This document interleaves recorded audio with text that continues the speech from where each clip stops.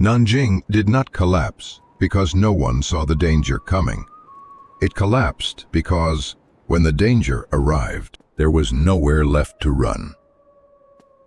By December of 1937, Nanjing, the capital of the Chinese Republic, was trapped between ancient walls, a freezing river, and an army advancing faster than anyone inside the city had prepared for. The government would leave. The embassies would withdraw. The army would be ordered to defend the capital, then ordered to escape from it. And in the middle of that collapse, the only thing standing between hundreds of thousands of civilians and complete abandonment would be a paper agreement. A few marked buildings, and fewer than 24 foreigners with no weapons, no army, and no authority beyond the fact that they refused to leave.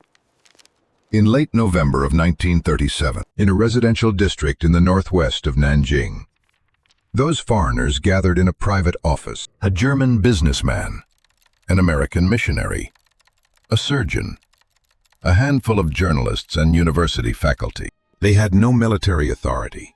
They had no diplomatic protection. The embassies of their own governments were already preparing to withdraw. They were drafting a document.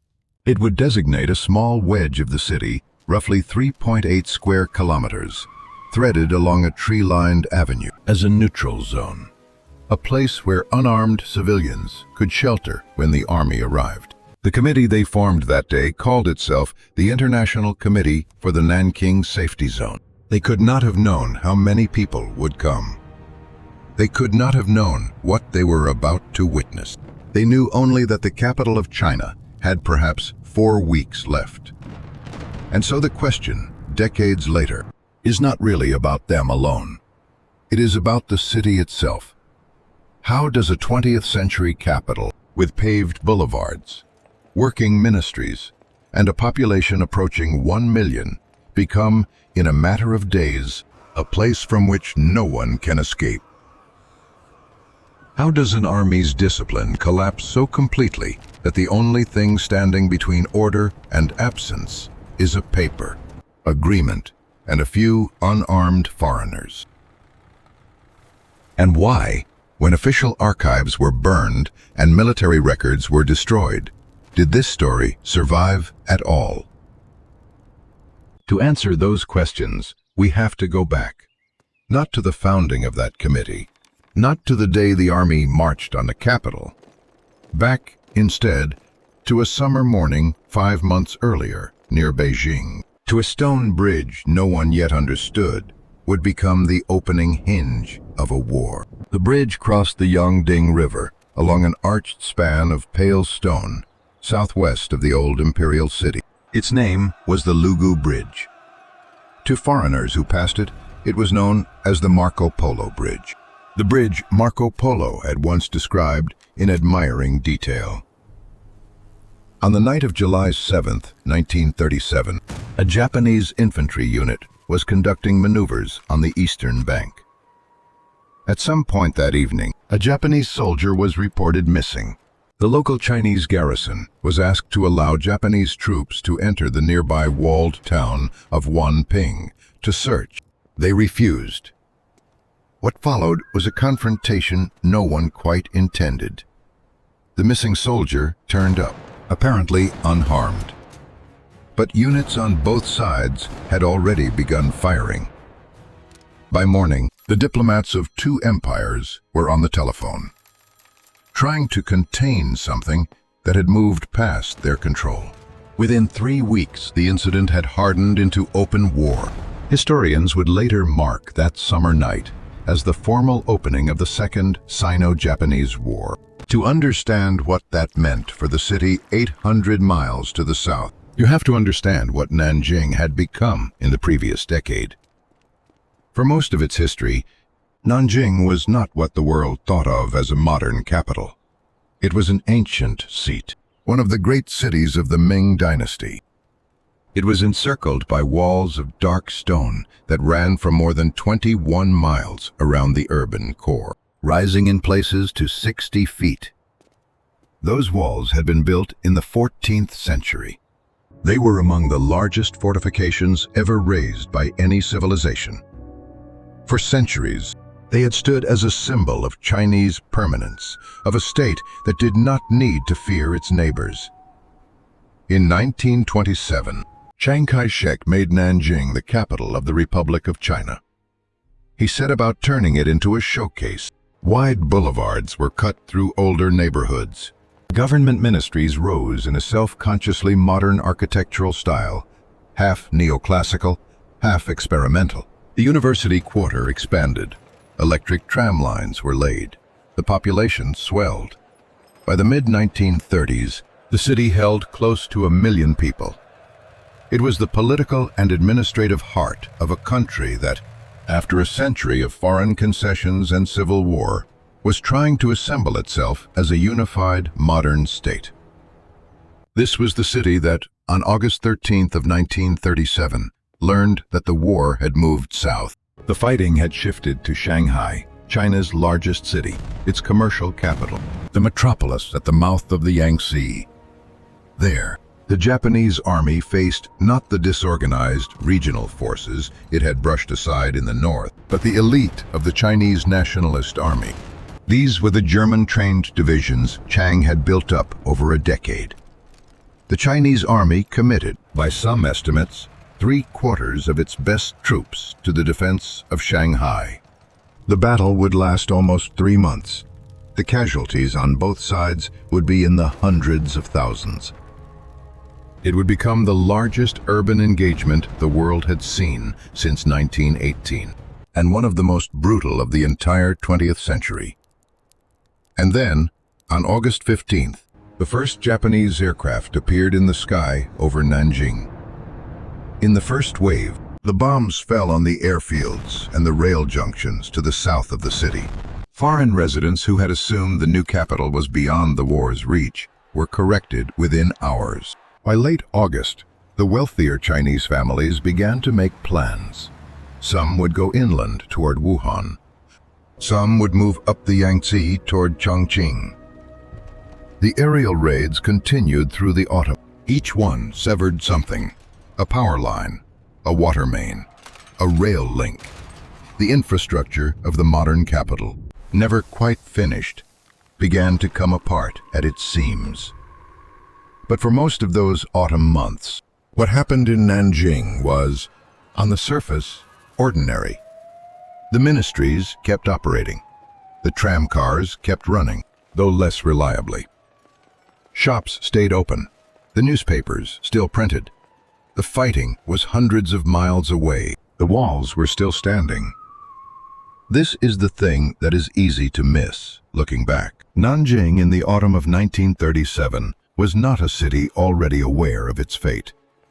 It was a city that believed, for as long as it could, that whatever came next would still be containable. Then, on November 11th, Shanghai fell. The Chinese forces had held for nearly 3 months. The losses were staggering. When the northern flank finally collapsed, the retreat that followed was not the orderly fallback of a disciplined army. It was a rout. The roads west toward Nanjing filled with exhausted, demoralized soldiers. Many were separated from their units. Many had no rifles. Civilians joined them. The roads became chaos. And behind them, the Japanese army began to advance, not slowly, not cautiously, but with a momentum that even field commanders had not expected. In Nanjing, the foreign community now faced a question they had been quietly avoiding for months. Their consulates were drawing down. American, British, German, and French gunboats waited on the river to evacuate their nationals. Most of the foreign businessmen and missionaries who had built their lives in the capital would leave on those boats over the following 2 weeks. A small number, perhaps 24, would not. But before those decisions could become consequential, a larger decision had to be made by the man who held the office of the Generalissimo. In the days following the fall of Shanghai, Chiang Kai-shek convened his senior generals. The advice he received was almost unanimous. Nanjing, they told him, could not be held. The city's geography had not been chosen for defense. It sat on the southern bank of the Yangtze, a wide and fast-moving river that would have to be crossed under fire if any retreat became necessary. The walls were ancient and majestic, but they had been built against 14th-century weapons, not modern artillery. The best Chinese forces had just been broken at Shanghai. To make a stand at Nanjing would not be a defense. It would be a sacrifice. And yet, on November 19th, Chiang Kai-shek made the opposite decision. He would defend the capital. His reasoning was political as much as military. To surrender Nanjing without a fight would be an act of recognition. It would tell his own population, his foreign allies, and the world that the Republic was crumbling. He needed a defense, even a doomed one. Especially, perhaps, a doomed one. What he needed then was a man willing to give one. The man Chiang chose was Tang Shengzhi. By the standards of the Republic's General Officer Corps, Tang was an unusual choice. He was 68 years old. He had not held an active field command in nearly a decade. His earlier career had been built in the South, fighting in the warlord conflicts of the 1920s. He had a reputation for fierce personal conviction, almost religious in its intensity. But his most recent role had been largely ceremonial. None of the generals who had advised against defending Nanjing had volunteered for the job. Tang volunteered.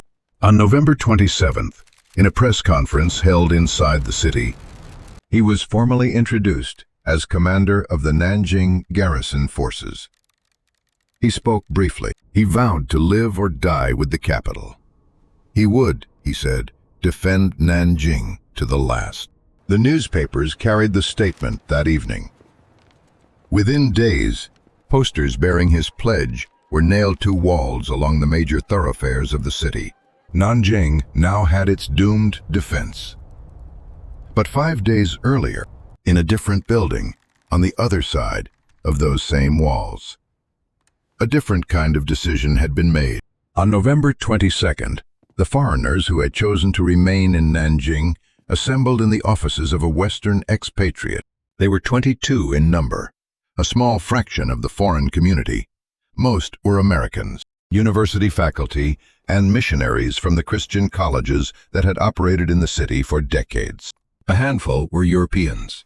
One was the senior representative of the German firm Siemens in eastern China, a businessman in his mid-50s named John Rabe. That afternoon, they elected Rabe as chairman of the International Committee for the Nanking Safety Zone. The committee's stated purpose was modest. They would mark out a section of the northwestern city, about 3.8 square kilometers, centered on the foreign embassies and the campus of the University of Nanking.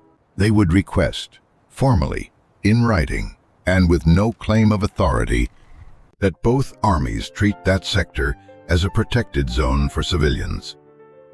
They would attempt to provision it with food, water, and basic medical care. In effect, they would try to build a small humanitarian island inside a city about to be assaulted. 3 days after his election, Rabe sat down in his private quarters and wrote in his diary. The line he wrote, in German, has become one of the most quoted sentences of the entire period. Translated, it reads, "It is no longer a question of whether I am compassionate or not. It is my damned duty to help here." Among Rabe's committee were 2 figures whose names would later become inseparable from the city.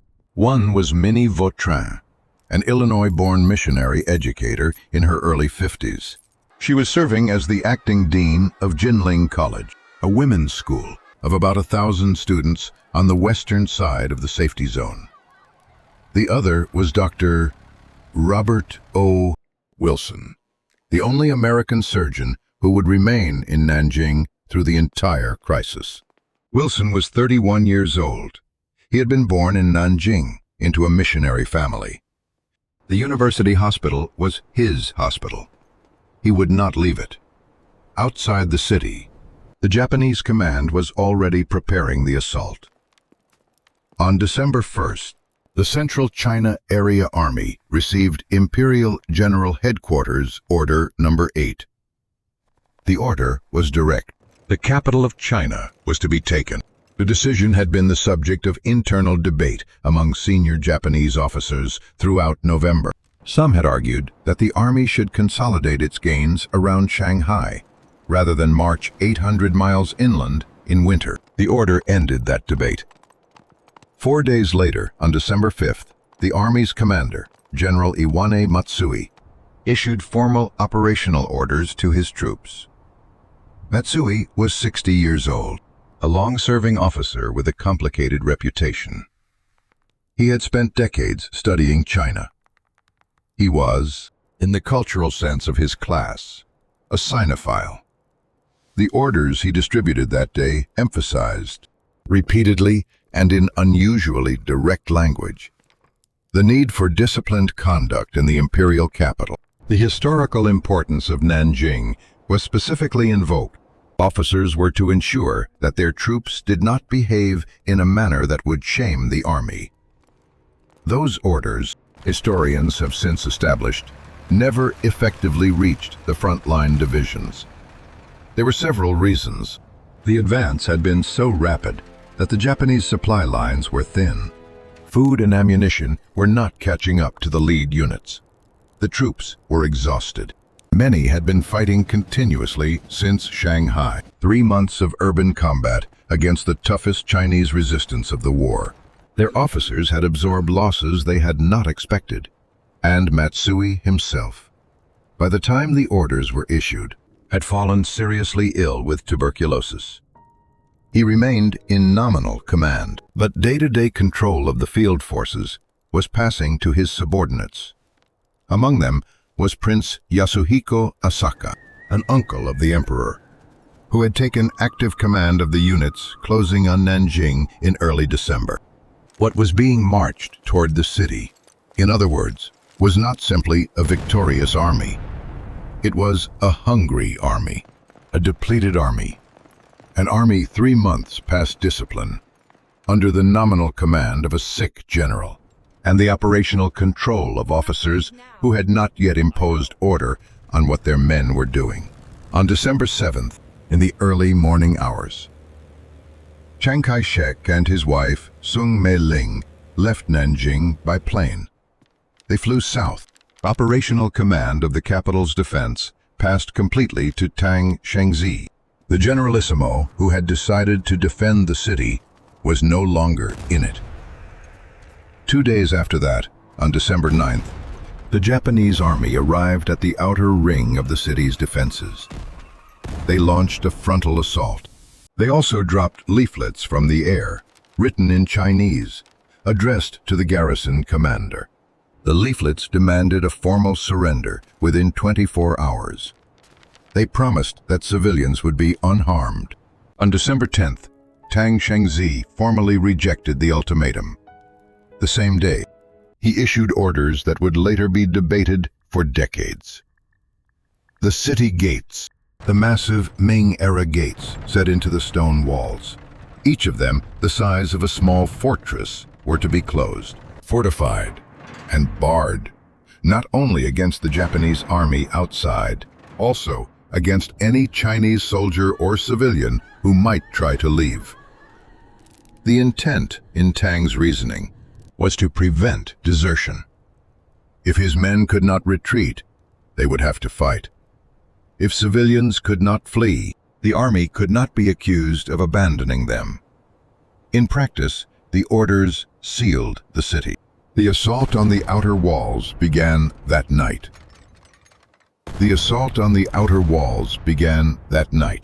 Japanese heavy artillery, including 150mm pieces, was brought to bear on the Zhongshan Gate, the great eastern entrance from which the imperial road ran toward the city center. The bombardment continued through the next day.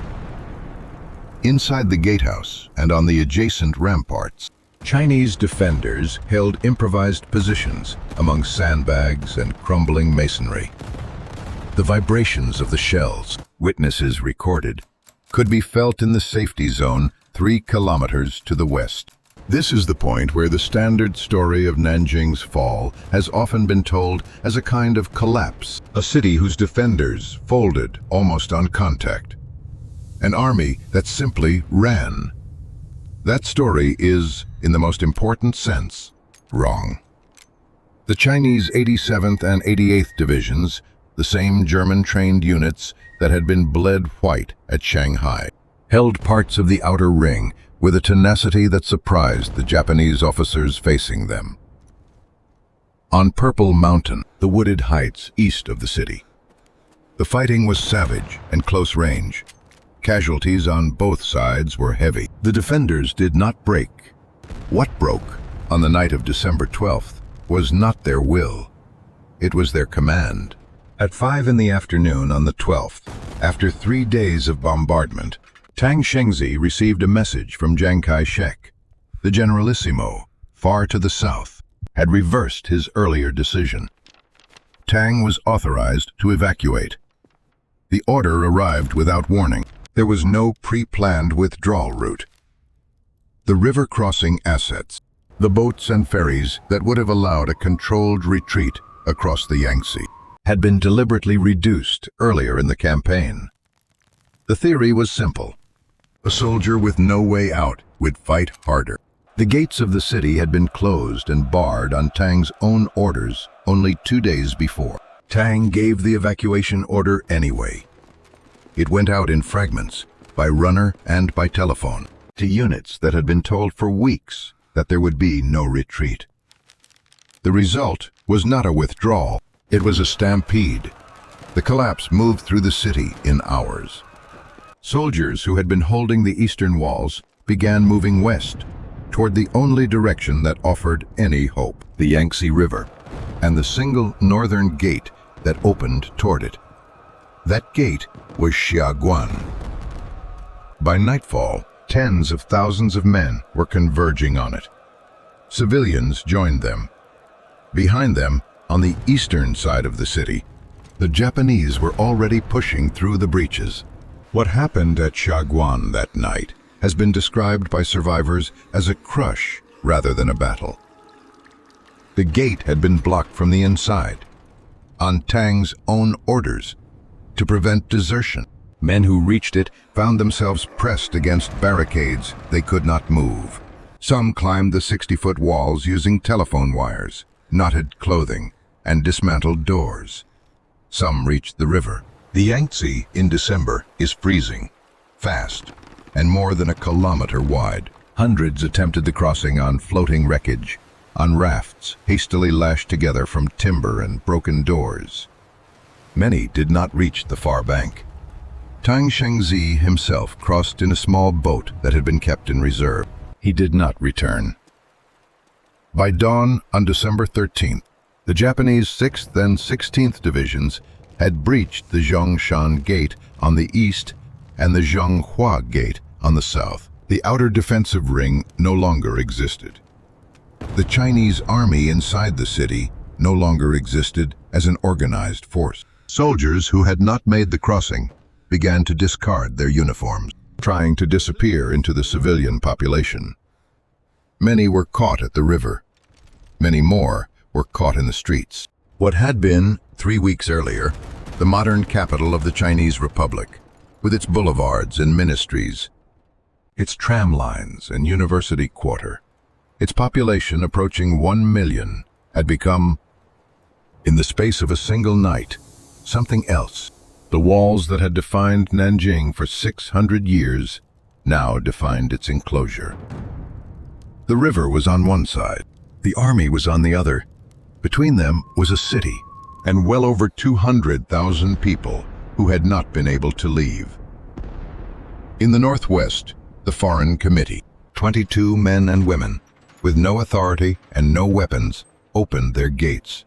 But the committee gates opened onto a city that no longer matched the maps they had drawn. In the first hours of December 13th, while smoke still rose from the eastern walls, what was happening outside the safety zone was happening at a scale and a speed the foreigners had not prepared for. Japanese units, advancing through the breached gates and into the central districts, began stopping men in the streets. Any Chinese man of military age, in or out of uniform, was assumed to be a soldier in disguise. The executions began that afternoon. They continued through the night. In the safety zone, the committee was already counting refugees. Within 48 hours, the small wedge in the northwest had absorbed somewhere between 200,000 and 250,000 people. They came on foot, in waves, with whatever they could carry. The university lawns filled with makeshift shelters. The hospital, under Wilson, began to operate continuously. Vautrin's college, which had a capacity of a few hundred students, would within days hold over 10,000 women and children. On December 14th, frontline units of the Japanese 6th and 16th Divisions crossed into the safety zone. The committee had requested, in writing, that the zone be honored as neutral territory.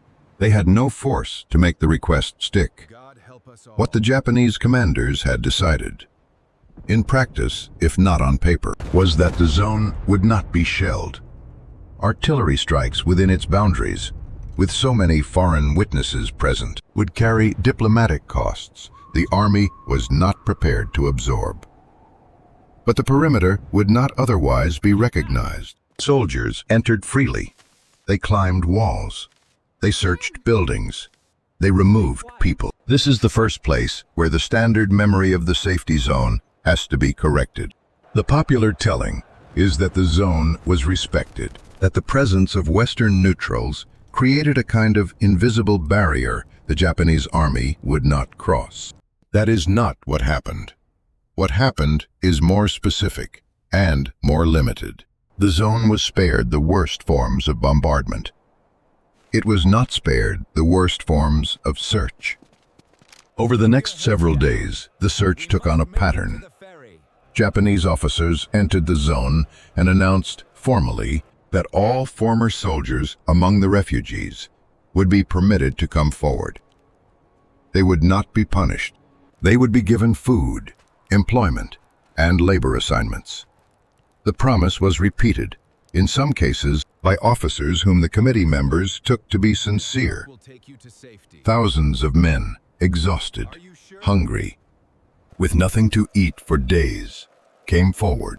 They were bound at the wrists with heavy telephone wire and led out of the zone in long columns.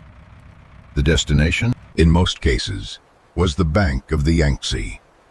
The record of what was done there, what was done on the riverbanks, in the gullies outside the walls, in the ditches along the railway, would later be assembled piece by piece by the men and women of the committee, by Wilson, by Vautrin, by the burial societies that came afterward, and by the prosecutors of the post-war tribunals.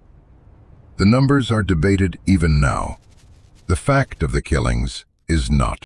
On the evening of December 16th, Minnie Vautrin wrote in her diary, in English, what has since become the most quoted line in any private record of the period. There probably is no crime that has not been committed in this city today. I am so tired I can hardly write. The next day, December 17th, General Iwane Matsui made his formal entry into Nanjing. The ceremony had been staged with care. Matsui rode a white horse down Zhongshan Road, the wide boulevard that ran from the eastern gate to the city center. He was accompanied by senior officers and a regiment of cavalry. The streets had been cleared. Foreign correspondents were positioned along the route to record the moment. Photographs were taken. The newsreel footage exists, less than 2 blocks away, in the alleyways behind the parade route. The roundups continued. This was the city as it now existed. 2 cities at once, separated by a single avenue. On one side, a victorious general riding a white horse, performing the rituals of imperial conquest for an audience that would see the footage in Tokyo cinemas. On the other, a population being systematically broken.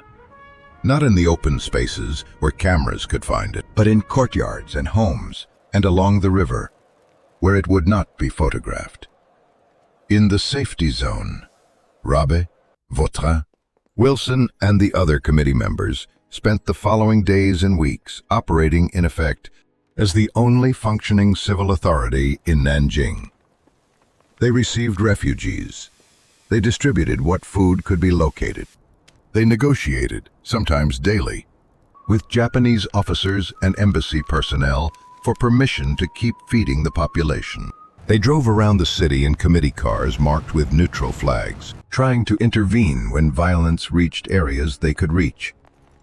They were not always successful. They were not even usually successful. But where they could be present, the presence itself made some difference. It is here that one of the strangest and most often misunderstood elements of the entire story has to be told. John Rabe, the chairman of the committee, the man whose calm, physical presence at the gates of his compound deterred Japanese soldiers more than once, was a member of the National Socialist German Workers' Party. He had joined the party during a home leave in Germany in the mid-1930s. When he intervened with Japanese officers, he wore a swastika armband. On the roof of his compound, he flew the flag of the Third Reich.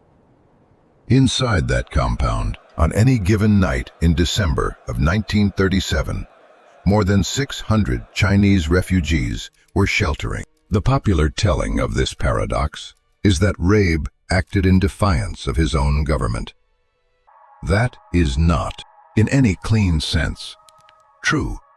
Rabe believed, earnestly and repeatedly, that if Adolf Hitler understood what was happening in Nanjing, Hitler would personally intervene. Germany and China had maintained extensive economic and military advisory ties through the mid-1930s. Rabe assumed his party connection was a diplomatic asset. He wrote letters of appeal. He composed reports. He believed they would be acted upon. They would not be. When Rabe returned to Berlin in 1938 with photographs, diaries, and detailed documentation of what he had witnessed, the Gestapo detained him. His evidence was confiscated. He was ordered to remain silent. He was told that his materials would damage relations with Japan. He spent the rest of the war in straitened circumstances, his career destroyed, watching from a great distance as the regime he had trusted moved toward its own catastrophe. The swastika that, in late 1937, had functioned as a shield for Chinese civilians, was the same symbol that 8 years later would stand over Auschwitz. History does not always arrange its ironies into clean lessons. Through the closing days of December, the committee documented what could be documented. On December 24th, Vautrin secured the registration of over 10,000 women and children inside the campus of Jinling College, turning the institution into the largest single shelter in the city. She stood, on more than one recorded occasion, at the front gate of the campus with a small American flag in her hand, blocking soldiers who attempted to enter. She was not armed. She had no authority. She had only her presence, the flag, and the calculation in the mind of whichever soldier she faced. What costs was his army prepared to absorb in front of a Western witness? That calculation, that month, held more often than it broke. On December 28th, the Japanese command formally installed a collaborationist civilian body, the Self-Government Committee, under a local notable named Sun Shirong. The new committee was meant to project an image of urban normalization. It did not control any meaningful function of the city. The killings, by then, were tapering. The arson was not. On January 1st of 1938, the International Committee submitted a written report to the Japanese embassy. The report noted that despite repeated official assurances of order, hundreds of Chinese homes and commercial properties were being deliberately burned every day. Eventually, About 1/3 of the entire city, its shops, warehouses, and residential blocks, would be destroyed by fires set after security had been formally established. On January 5th, the American diplomat John Moore Allison transmitted an urgent dispatch to Washington, describing in unsparing terms the conditions inside the occupied capital. The dispatch reached the State Department. It did not, by itself, change American policy. But the documentary record it created, alongside the records being assembled by Rabe, Vautrin, and Wilson, was now circulating beyond Nanjing. On January 26th, Allison himself was struck by a Japanese sentry while investigating an assault case in the city. The incident involved a Western diplomat physically attacked by an officer of an army still nominally at peace with the United States. It escalated rapidly into a diplomatic crisis. Tokyo issued formal apologies. Washington changed its tone. The episode marked one of the first moments when the events of Nanjing entered the daily attention of the major foreign capitals. In early February, General Matsui, recovering from his illness and reviewing what his army had done in his name, issued a series of orders replacing several senior officers. He also called on his administrative staff to reflect on the conduct of the campaign. At one of those meetings, in remarks recorded by a staff officer, Matsui said, "The capture of Nanjing is a stain on the Holy War." He would, in the years that followed, defend his subordinates in some forums and condemn them in others. After the war, the International Military Tribunal for the Far East found him guilty of failing to exercise the institutional control required to prevent the atrocities. He was executed by hanging in 1948. Prince Asaka, his superior at the time of the assault, received post-war immunity from the Allied occupation and lived into the 1980s. On February 18th, under formal pressure from the occupation authorities, the International Committee dissolved the legal designation of the Safety Zone. It continued operating under a new name, the Nanking International Relief Committee. But the document that had created it 6 weeks earlier was no longer in force. 5 days later, on February 23rd, John Rabe boarded a British gunboat on the Yangtze. He carried with him several boxes. In them were the diaries he had kept since November, his correspondence with Japanese officers, photographs taken by Wilson and others, and the carbon copies of every report the committee had filed. He carried in those boxes much of what would later become the documentary record of what had happened in his city. He did not, in the years that followed, ever return.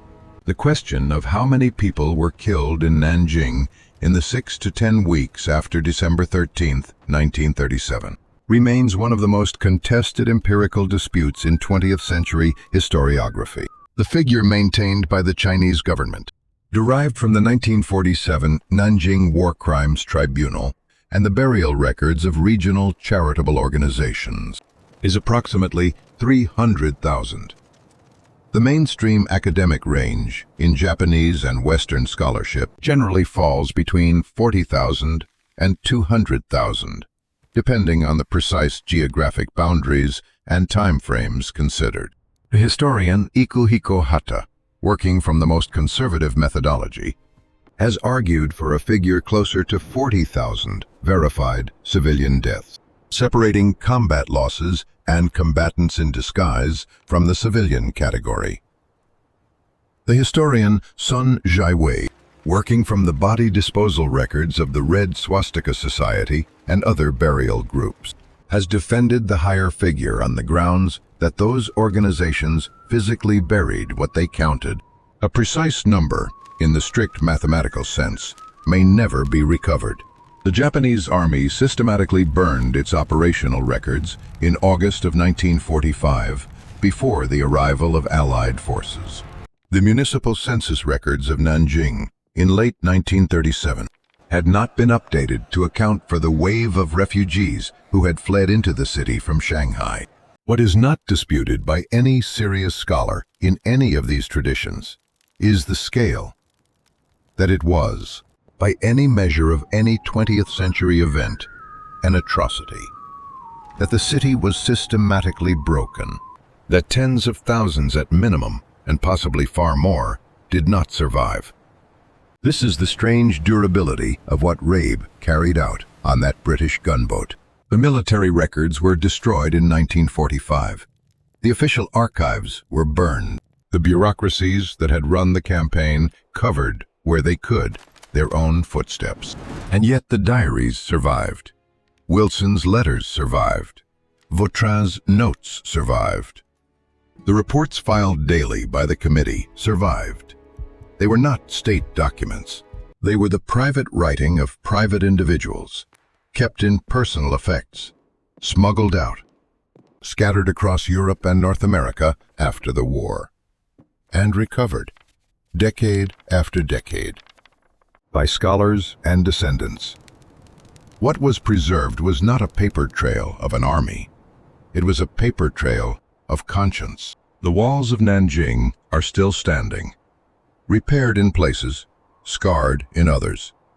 They encircle the modern city in the same long oval the Ming engineers laid out 600 years ago. Each December 13th, a bronze bell at the memorial hall to the victims rings in slow strokes that can be heard several blocks away.